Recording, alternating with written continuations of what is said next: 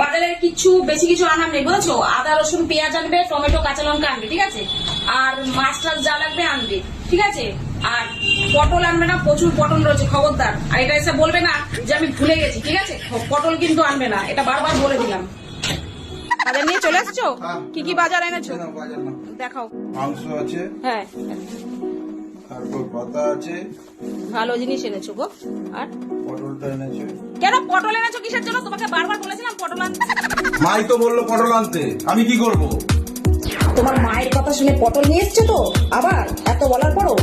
তোমার মায়ের আর তোমার এই পটল খাইয়ে খেয়ে আমি মেরে ফেলবো, ঠিক আছে। আর একটা পটল যদি ফ্রিজে পচেছে তাহলে এমন মুখ চালাবো যে তোমার মার আর তোমার মুখটা পটলের মতন করে দেবো, ঠিক আছে। এটা খেয়াল করো।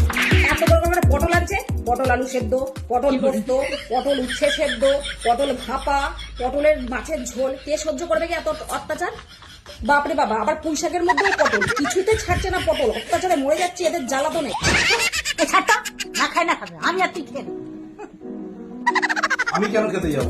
তোমার পটল তরকারি, পটল ভাপা, কি করবে পটলের সব আমি খেতে যাব? তুমি পটল আনিয়েছো, তুমি পটল খাও, খাও তোমার পটল।